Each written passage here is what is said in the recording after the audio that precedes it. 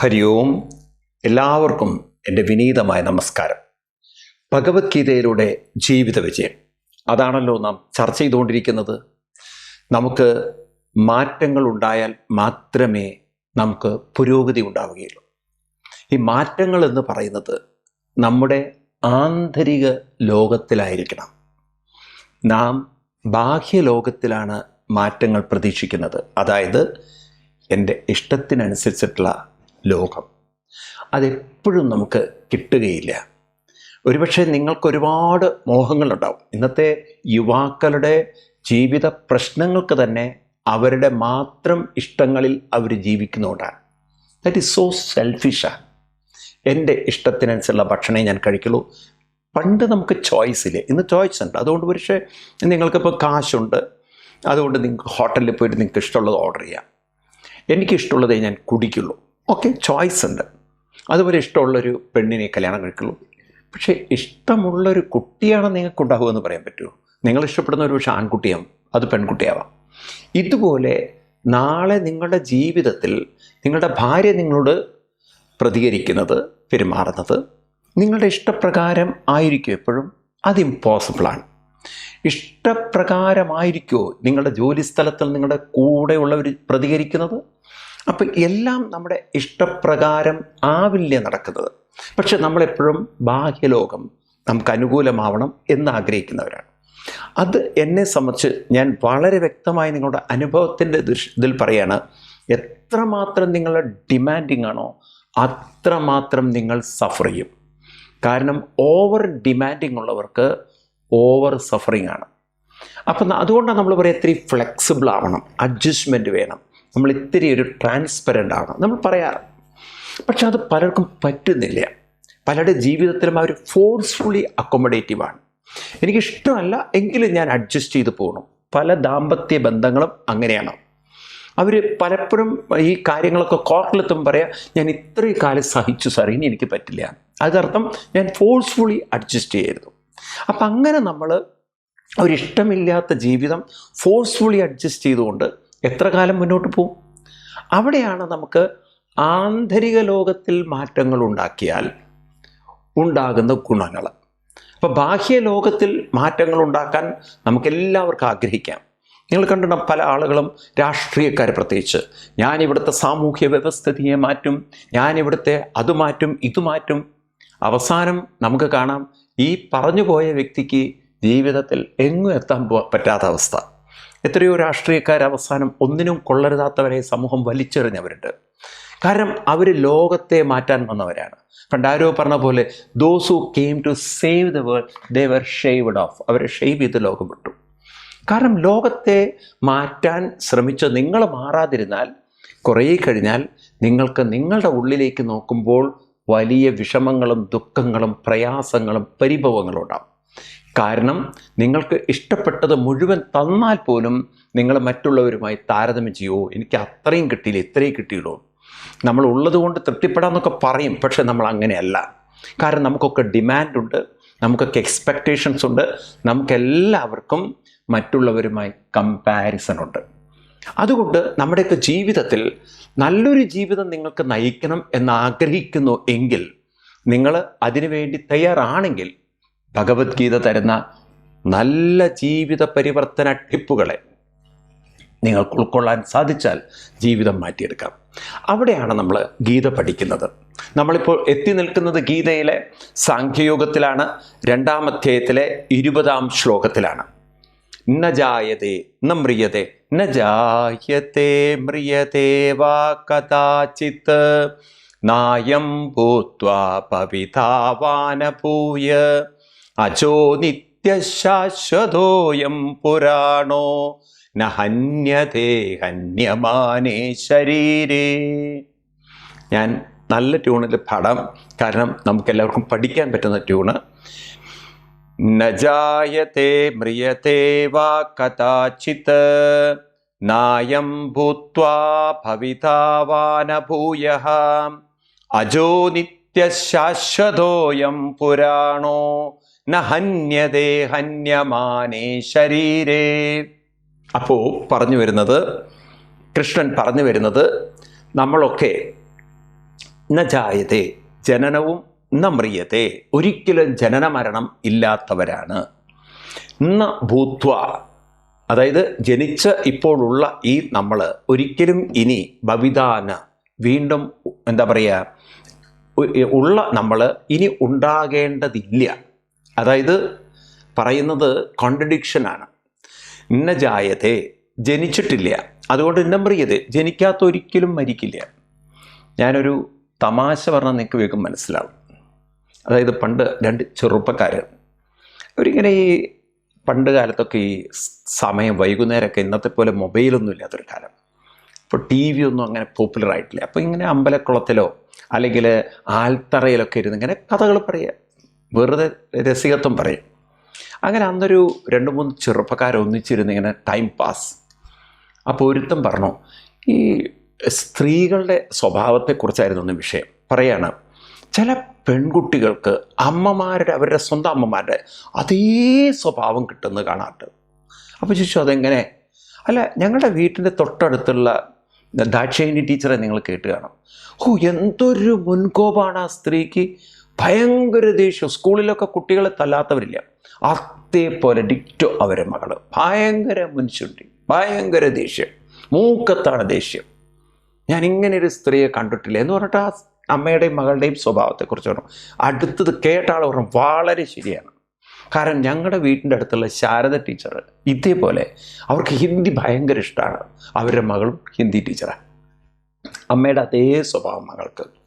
ഇത് കേട്ടപ്പോൾ രസികനായിട്ടുള്ള മൂന്നാമത്തെ ഒരാൾ പറഞ്ഞു, എന്നാൽ ഞങ്ങളുടെ വീട്ടിൻ്റെ അടുത്ത് അത്ഭുതകരമായൊരു കഥയുണ്ട്. അതെന്താണ്? ഞങ്ങളുടെ വീട്ടിൻ്റെ തൊട്ടടുത്തുള്ള മീനാക്ഷി എന്നൊരു സ്ത്രീയുണ്ട്, അവർ ഇതുവരെ പ്രസവിച്ചിട്ടില്ല, അവരുടെ മകളും പ്രസവിച്ചിട്ടില്ല. അപ്പം അമ്മയും പ്രസവിച്ചിട്ടില്ല, മകളും പ്രസവിച്ചിട്ടില്ല. അപ്പം ഇത് കേട്ടപ്പം മറ്റവർക്കും മനസ്സിലായി, ഇതിൽ എന്തോ ഒരു പൊരുത്തക്കേടുണ്ട്. അമ്മ പ്രസവിക്കാതെ എങ്ങനെയാണ് പിന്നെ മകൾ വരുന്നത്? മകൾ പ്രസവിച്ചിട്ടില്ല എന്ന് പറഞ്ഞാൽ ഓക്കെ, പക്ഷെ അമ്മ പ്രസവിക്കാതെ മകള് ഒരു പക്ഷെ ഇന്നത്തെ കാലത്തൊക്കെ സാധ്യമായിരിക്കും, എന്നാൽ അന്നത്തെ കാലത്ത് അത്ര സാധ്യമില്ലായിരുന്നു. ഏതായാലും പറഞ്ഞു വരുന്നത്, ജനിക്കാത്ത ഒരാൾക്ക് പിന്നെ മരണം ഇല്ല എന്ന് പറയേണ്ട കാര്യമില്ലല്ലോ, ജനിച്ചിട്ടേ ഇല്ലെങ്കിൽ പിന്നെ മരണമില്ലല്ലോ. എന്നാൽ അടുത്ത വരിയാണ് കൃഷ്ണൻ കോൺട്രഡിക്റ്റ് ചെയ്യുന്നത്. എന്താ പറയുന്നത്? ഭൂത്വ, ഉള്ളതിന് ഉണ്ടാകേണ്ടതില്ല. ഉള്ളത് ഉണ്ടാകേണ്ടതില്ല, അത് മനസ്സിലായി. പക്ഷെ ഇവിടെ ഇതുവരെ ഉണ്ടായിട്ടേ ഇല്ല, ജനിച്ചിട്ടേ ഇല്ല, അത് മരിക്കുന്നുമില്ല, പിന്നെ ഇങ്ങനെ ഉള്ളതാവുന്നത്. അതാണ് നമുക്ക് പഠിക്കാനുള്ളത്. നമ്മൾ സൂക്ഷ്മമായി പഠിക്കേണ്ട കാര്യങ്ങളാണ്, ഇന്നത്തെ ഫിസിക്സ് പഠിപ്പിക്കുന്ന കാര്യങ്ങളാണ് കൃഷ്ണൻ 5000-ലധികം വർഷം മുമ്പ് സ്പിരിച്വലി നമ്മളെ പഠിപ്പിക്കുന്നത്. അതായത് നിങ്ങൾക്കും എനിക്കും എളുപ്പം മനസ്സിലാക്കാൻ പറ്റുന്ന ചില ഉദാഹരണം മനസ്സിലാവും. നിങ്ങൾ നോക്കൂ, ഭൂമിയുടെ ഭൂഗുരുത്വാകർഷണ ശക്തി നമ്മൾ ജനിക്കുന്നതിന് മുമ്പ് ഇവിടെ ഉണ്ട്, അത് സമ്മതമാണല്ലോ. ഇനി നമ്മൾ മരിച്ചു കഴിഞ്ഞാലും ആ ഭൂഗുരുത്വ ആകർഷണ ശക്തി ഇവിടെ ഉണ്ടാവും, സംശയമില്ല. അത് ഉണ്ടാകേണ്ടതില്ല, ഉള്ളതിനി ഉണ്ടാകേണ്ടതില്ല, കാരണം അതുണ്ട്, അതെപ്പോഴും ഉണ്ട്. നമ്മളാരും ഭൂഗുരുത്വാകർഷണ ശക്തി കണ്ടിട്ടില്ല. ഇനി എൻ്റെ ചോദ്യം അടുത്തത്, ഈ ഭൂഗുരുത്വാകർഷണ ശക്തി ഭൂമി ഉണ്ടായതിന് ശേഷമായിരിക്കുമോ ഉണ്ടായത്, അതോ ഭൂഗുരുത്വാകർഷണ ശക്തിയിലാണോ ഈ ഭൂമി രൂപപ്പെട്ടത്? ഇന്നത്തെ സയൻസ് നമ്മളെ പഠിപ്പിക്കുന്നത് ഭൂമിക്ക് ശേഷമല്ല ഭൂഗുരുത്വാകർഷണ ശക്തി, ഭൂമി ഉണ്ടാകുന്നതിന് മുമ്പ് തന്നെ ഭൂഗുരുത്വാകർഷണ ശക്തിയുണ്ട്. അപ്പം ശക്തി മുമ്പേ ഉണ്ട്, അതുകൊണ്ടത് ജനിക്കേണ്ടതില്ല, അതിന് ജനിക്കാത്തതുകൊണ്ട് മരണവുമില്ല, അത് ഉള്ളത് കൊണ്ട് ഉണ്ടാകേണ്ടതുമില്ല. ഇത്രയും നിങ്ങൾക്ക് സമ്മതമാണല്ലോ, മനസ്സിലാക്കാൻ ബുദ്ധിമുട്ടില്ല.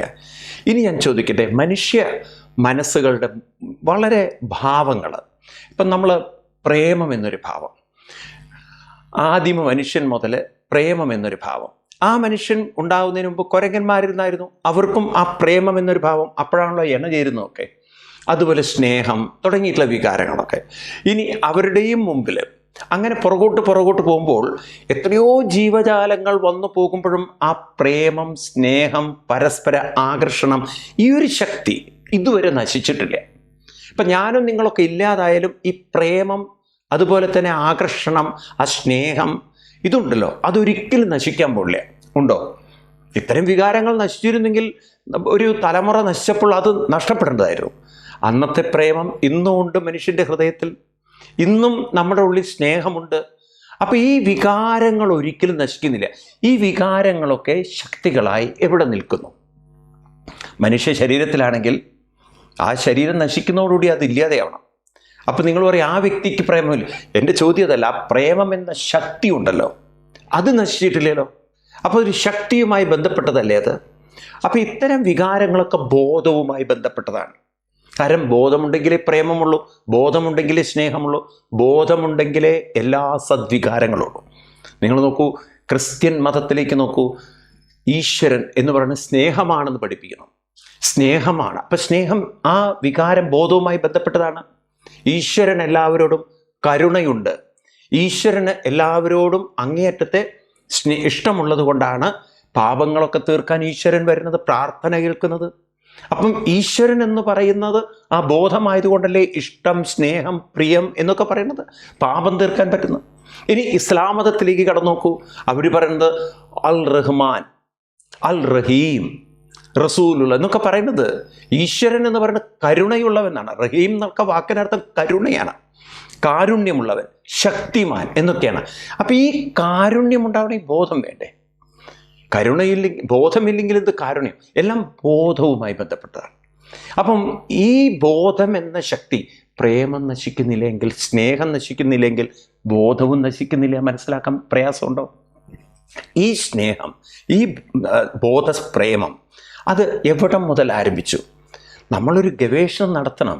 ഇപ്പം ഞാനും നിങ്ങളും പുറകോട്ട് നോക്കും, എവിടെ നിന്നാണ് നമ്മുടെ ആരംഭം? നമ്മളെ വിചാരം അമ്മയുടെ ഗർഭപാത്രം അങ്ങോട്ട് തുടങ്ങി, അതാണല്ലോ ഡേറ്റ് ഓഫ് ബർത്ത് നമ്മൾ തുടങ്ങുന്നത്. പക്ഷേ അതിനു മുമ്പ് അച്ഛൻ്റെ ശരീരത്തിലെ ജീവനുള്ള സ്പേമായിരുന്നു നാം. ജീവനില്ലാത്ത സ്പേം ഇതുവരെ ജനിച്ചിട്ടില്ല. ആ ലൈഫ് സ്പേമിനുണ്ടെങ്കിൽ മാത്രമേ അത് ജീവിക്കുള്ളൂ, അല്ലേ? ഇത് മനസ്സിലാക്കാൻ വലിയ സയൻസ് ഒന്നും പഠിക്കണ്ട നിങ്ങൾ. അപ്പം ജീവനുള്ള സ്പേം, ആ ജീവൻ നമ്മളായിരുന്നില്ലേ? അതോ വേറൊരു ജീവനാണോ? അതായത് എൻ്റെ ചോദ്യം, ഒരു അച്ഛൻ്റെ ശരീരത്തിൽ നിന്ന് വരുന്ന ജീവനുള്ള സ്പേം അമ്മയുടെ ശരീരത്തിലുള്ള എഗ്ഗുമായി ചേർന്ന ഗർഭപാത്രത്തിലെത്തിയാൽ ആ ജീവൻ മാറുമോ? അതോ അതായിരിക്കുമോ നമ്മളാകുന്ന ജീവൻ? കണ്ടുപിടിക്കേണ്ടതില്ലേ? ആ ജീവൻ നമ്മളായിരുന്നുവെങ്കിൽ ഈ ശരീരം എടുക്കുന്നതിന് മുമ്പ് ഒരു ബീജത്തിൽ നമ്മൾ ഉണ്ടെന്ന് അംഗീകരിക്കണ്ടേ? നമ്മൾ അംഗീകരിച്ചല്ലേ പറ്റുള്ളൂ. ഇനി ആ സ്പേം രൂപപ്പെട്ടത് അച്ഛൻ്റെ രക്തത്തിൽ നിന്നാണ്. അപ്പം അതിൽ ജീവൻ ഉണ്ട്, നമ്മളാകുന്ന ജീവനുമുണ്ട്. അതുകൊണ്ടാണല്ലോ അച്ഛൻ്റെ ജീവനിൽ നിന്നും നമ്മുടെ ജീവൻ പ്രകടമാവണമെങ്കിൽ നമ്മുടെ ജീവൻ അവിടെ അന്തർലീനമാവണം. സയൻസ് തന്നെ പഠിപ്പിക്കുന്നത് ഉള്ളതിൽ നിന്നേ വികസിക്കുകയുള്ളൂ എന്നാണ്. ഇല്ലാത്തത് വികസിക്കില്ല. അപ്പം നമ്മളാകുന്ന ജീവൻ അച്ഛൻ്റെ ശരീരത്തിൽ ഇല്ലായിരുന്നെങ്കിൽ നമ്മളെങ്ങനെ വികസിച്ചു വന്നു? അപ്പം നമ്മൾ ഇല്ല, നിങ്ങൾ പറയാം സ്വാമി അതൊന്നും ഞങ്ങൾ അംഗീകരിക്കില്ല, അച്ഛൻ്റെ ജീവൻ തന്നെയാണ് നമ്മുടെ ജീവൻ എന്ന് പറഞ്ഞു കഴിഞ്ഞാൽ പ്രശ്നം എന്ന് വെച്ചാൽ ആ അച്ഛൻ്റെ ജീവനാണ് നമ്മളാകുന്നത് വ്യക്തിയെങ്കിൽ നമ്മുടെ സ്വഭാവം അച്ഛൻ്റെ സ്വഭാവം എക്സാക്ട്ലി ആവണ്ടേ? ഒരേ വീട്ടിൽ തന്നെ 4, 5 മക്കൾ, ഇപ്പോഴല്ലേ 2, പണ്ടൊക്കെ 6, 7, 8, 9. എവിടെ നോക്കൂ നിങ്ങൾ, ഞാൻ ഇതുവരെ ഒരേ ട്വിൻസിൽ പോലും സിമിലർ ക്യാരക്ടർ കണ്ടിട്ടില്ല. അവരുടെ തന്നെ വ്യത്യസ്ത സ്വഭാവങ്ങൾ. അപ്പോൾ ഒരേ അച്ഛൻ്റെ ജീവനാണെങ്കിൽ അതിൻ്റെ ഒരാളുടെ സ്വഭാവം വ്യത്യസ്തം, ഒരാളുടെ സ്വഭാവം വ്യത്യസ്തം. അപ്പോൾ ആ ഇൻഡിവിജ്വാലിറ്റി, ആ ഇൻഡിവിജ്വലായിട്ടുള്ള ഒരു വ്യക്തിത്വം അതിലുണ്ടെങ്കിൽ ഈ വ്യക്തിത്വം നേരത്തെ ആ ബ്ലഡിൽ, ആ ബീജത്തിൽ ഉണ്ടെന്ന് അംഗീകരിക്കണ്ടേ? കാരണം പുറകോട്ട് പോകുന്തോറും അത് ഉണ്ട്, ഇല്ല എന്നുള്ളത് നിങ്ങൾക്ക് പറയാൻ പറ്റുമോ? ഇതാണ് എനിക്ക് കുട്ടികളോടൊക്കെ ചോദിക്കാനുള്ളത്. നാം നേരത്തെ അച്ഛൻ്റെ ശരീരത്തിൽ ഉണ്ടായിരുന്നോ ഇല്ലായിരുന്നോ? ഈ ചോദ്യം അടിസ്ഥാനമായി ചോദിക്കാൻ കാരണം സയൻസ് പറയുന്ന കാര്യം നമുക്ക് ഈ കാര്യത്തിൽ ചോദിച്ച് മനസ്സിലാക്കേണ്ടതുണ്ട്. കാരണം ഇല്ലാത്തതിൽ നിന്ന് ഉണ്ടാവുകയില്ല. Nothing can create out of nothing. ശൂന്യതയിൽ നിന്ന് ഉണ്ടാവില്ല. അപ്പം നമ്മൾ ഇല്ലായിരുന്നു എന്ന് പറഞ്ഞാൽ നിങ്ങൾ ഉണ്ടാവാൻ പറ്റില്ല, നിങ്ങൾക്ക് തെളിയിക്കാൻ പറ്റില്ല നിങ്ങൾ ഉണ്ടാവുന്നത്. കാരണം നിങ്ങൾ എഗെയിൻസ്റ്റ് സയൻസാണ് സംസാരിക്കുന്നത്. ഇനി നിങ്ങൾ ഉണ്ടായിരുന്നു എന്ന് സമ്മതിക്കുകയാണെങ്കിൽ ഈ ശരീരം എടുക്കുന്നതിന് മുമ്പ്, നമ്മൾ രൂപപ്പെടുന്നതിന് മുമ്പ് ഉണ്ടായിരുന്നു എന്ന് അംഗീകരിച്ചല്ലേ പറ്റുള്ളൂ. അപ്പം ശരീരമില്ലാതെ നമുക്ക് നിലനിൽക്കാൻ പറ്റും എന്നുള്ളത് വ്യക്തമല്ലേ? വേറൊരു രൂപത്തിൽ നമ്മൾ നിലനിൽക്കുന്നു എന്നുള്ളത്, ആ ജീവരൂപത്തിൽ നമ്മൾ നിലനിൽക്കുന്നു എന്നുള്ളത് അച്ഛൻ്റെ ശരീരത്തിലെ സ്പേമിലൂടെ നാം വികസിച്ച് വന്നപ്പോൾ ആ സ്പേം എന്ന് പറയുന്ന കവചം പോയി, പക്ഷെ ജീവൻ പോയിട്ടില്ല. അത് പിന്നീട് പല രൂപങ്ങളായി. നമ്മളിങ്ങനെ 1-ാമത്തെ മാസം സൈഗോട്ട് എന്നൊക്കെ പറയുന്ന ഒരവസ്ഥ കഴിഞ്ഞ് 3-ാമത്തെ മാസം ആകുമ്പോഴേക്കും മനുഷ്യരൂപത്തിലെത്തി. ആ രൂപങ്ങളൊക്കെ മാറി. പിന്നെ ഓരോ വയസ്സ് കഴിയുമ്പോഴും നമ്മുടെ രൂപങ്ങൾ മാറുകയാണ്. ജീവൻ, ഞാനെന്ന ബോധം, ഞാനെന്ന ചിന്ത ഇപ്പോഴും എൻ്റെ കൂടെ ഉണ്ടല്ലോ. അപ്പം ഈ ജീവൻ എന്ന വ്യക്തിത്വം, ജീവൻ എന്ന് പറയുന്നത് എന്നിലെ ബോധം, ബോധം പോയാൽ ജീവനും ഇല്ല. അപ്പം ഞാൻ എൻ്റെ ബോധം വിട്ടുപോയി കഴിഞ്ഞാൽ ഈ ശരീരത്തിൽ ഞാൻ അപ്രത്യക്ഷനായി പിന്നെ ജീവനില്ല, ഇത് വെറും ശവമാണ്. അപ്പം അങ്ങനെയുള്ള ആ ബോധശക്തി നമ്മളിൽ ഓരോരുത്തരും ഞാനെന്ന വ്യക്തിത്വം സൃഷ്ടിക്കുന്ന, ഞാനെന്ന് പറയുന്ന നമ്മളിലെ ബോധശക്തി ഈ ശരീരം എടുക്കുന്നതിന് മുമ്പ് ഉണ്ടായിരുന്നു. അപ്പം അച്ഛൻ്റെ ശരീരത്തിൽ ബ്ലഡിൽ നമ്മളുണ്ട്, സമ്മതിച്ചു. ഇനി ആ ബ്ലഡ് രൂപപ്പെട്ടത് അച്ഛൻ കഴിച്ച ആഹാരമൊക്കെയാണ്, കഴിച്ചിട്ടാണ്. ആ ആഹാരം ശരീരത്തിൽ ദഹിക്കുന്നു. അങ്ങനെ ദഹിക്കുന്ന വ്യക്തി, ആ ദഹിച്ച് എന്താ പറയുക, അച്ഛൻ്റെ ശരീരം ദഹിച്ച് അതിൽ നിന്ന് രക്തമുണ്ടാകുമ്പോൾ അപ്പം നമ്മൾ ആ ആഹാരത്തിലൂടെയൊക്കെ വന്നു എന്ന് സമ്മതിക്കേണ്ടിയിരിക്കില്ലേ? ജലത്തിലൂടെയൊക്കെ നമ്മൾ വന്നു എന്ന് അംഗീകരിക്കേണ്ടി വരില്ലേ? കാരണം ഈ ജീവൻ ഈ ശരീരത്തിൽ ഏതൊരു പോയിന്റിൽ ഉണ്ടായതാണെന്ന് പറയുമ്പോൾ തെറ്റി. ഇത് ഉള്ളത് തന്നെ പരിണമിച്ച് വികസിച്ച് വരികയാണെന്ന് പറയുന്നതല്ലേ ശരി? അതല്ലേ പരിണാമം? ഇല്ലാത്തതല്ലല്ലോ വികസിക്കുന്നത്, ഇല്ലാത്തതല്ലല്ലോ പരിണമിക്കുന്നത്. അപ്പം നാം നേരത്തെ ഉണ്ട് എന്ന് സമ്മതിച്ചാൽ തന്നെ ഒരു ആന്തരിക ലോകത്തിൽ നിന്നല്ലേ ബാഹ്യലോകം വരുന്നത്. ബാഹ്യലോകം ശരീരത്തിലൂടെയാണ് നാം കാണുന്നത്. ശരീരമില്ലെങ്കിൽ പിന്നെ നമുക്ക് ബാഹ്യലോകമില്ല, ആന്തരികമേ ഉള്ളൂ. നിങ്ങൾ ശരീരത്തിൽ കെട്ടടങ്ങിക്കഴിഞ്ഞാൽ സ്വപ്നം നിങ്ങൾക്ക് ആന്തരികമാണ്. നിങ്ങൾക്ക് ശരീരവുമായിട്ട് ഒരു ബന്ധമില്ല സ്വപ്നത്തിൽ. നിങ്ങളുടെ ഉറക്കം എന്ന് പറയുന്നത് ആന്തരികമാണ്, നിങ്ങൾക്കത് പുറത്തല്ല. അപ്പം നിങ്ങൾക്ക് പുറമേ ഒരു ലോകമുണ്ടെന്ന് നിങ്ങൾ പറയുമ്പോൾ നിങ്ങൾക്ക് ആന്തരിക ലോകവും ഉണ്ടെന്ന് അംഗീകരിക്കണമല്ലോ. സ്വപ്നം, ആന്തരികമായൊരു സുഷുപ്തി ഉണ്ടെന്ന് അംഗീകരിക്കണമല്ലോ. അപ്പം ഈ ആന്തരിക ലോകം മുഴുവൻ നമുക്ക് അനുഭവിക്കാൻ സാധിച്ചത് ആന്തരികമായ ബോധശക്തിയുടെ സഹായം കൊണ്ടല്ലേ. ഞാൻ സുഖമായി ഉറങ്ങിയെന്ന് പറയുമ്പോൾ ആ സുഖം എനിക്ക് അറിയണമെങ്കിൽ എന്നിലെ ബോധം വേണ്ടേ? ഞാൻ ഇന്നലെ ഒരു സ്വപ്നം കണ്ടു എന്ന് പറയുമ്പോൾ എനിക്ക് ബോധം വേണ്ടേ? അപ്പം നമ്മൾ പുറമേ മാത്രമേ കാണുന്നുള്ളൂ. അത് മാറി ആന്തരിക ലോകത്തെ കാണണം. അപ്പം ഈ ആന്തരികമായ ലോകത്തെ ക്രമപ്പെടുത്താനാണ് ഗീത നമ്മൾ പഠിക്കുന്നത്. അപ്പം എന്താണ് ഈ ആന്തരിക ലോകം എന്ന് പറയുന്നത്? അനന്ത സാധ്യതയുള്ള, അനന്ത ശക്തിയുള്ള ബോധത്തിൽ നമുക്ക് ചിന്തകൾ സൃഷ്ടിക്കാൻ സാധിക്കും. ഈ ചിന്തകൾ നാം എങ്ങനെ സൃഷ്ടിക്കുന്നു അതിനെയാണ് നമ്മൾ ഭാവന എന്ന് പറയുക, സങ്കല്പം എന്ന് പറയുക. എങ്ങനെ സൃഷ്ടിക്കാൻ സാധിക്കുന്നു എന്നതിനെ ആശ്രയിച്ചായിരിക്കും നമ്മുടെ ജീവിതം. പലരും ബാഹ്യലോകത്തെ കണ്ട് ബാഹ്യലോകത്തിൽ നിന്ന് പലതും പ്രതീക്ഷിച്ച് ആ പ്രതീക്ഷകൾക്കനുസരിച്ച് പലതും കിട്ടാതെ വരുമ്പോൾ മാനസികമായി തളരുമ്പോൾ അവരറിയുന്നില്ല അവരുടെ ആന്തരിക ലോകത്തിന് അവരെ ഈ ദുരിത ദുഃഖങ്ങളിൽ നിന്ന് പുറത്തു കൊണ്ടുവരാനുള്ള കഴിവുണ്ടെന്ന്. കഴിഞ്ഞ ദിവസം ഒരു പെൺകുട്ടി എൻ്റെ അടുത്ത് കുറേ മാനസിക പ്രശ്നങ്ങളായിട്ട് വന്നു. വളരെ എഡ്യൂക്കേറ്റഡ് ആയിട്ടുള്ളൊരു കുട്ടിയാണ്, ഡോക്ടറേറ്റ് എടുത്തൊരു പെൺകുട്ടിയാണ്, വളരെ പ്രശ്നങ്ങൾ അനുഭവിക്കുന്ന ഒരു പെൺകുട്ടിയാണ്. അപ്പം ഞാൻ അവരോട് ഇങ്ങനെ കേൾക്കുമ്പോൾ അവർ പറഞ്ഞു ഞാൻ കൗൺസിലിങ്ങിന് പോയിരുന്നു.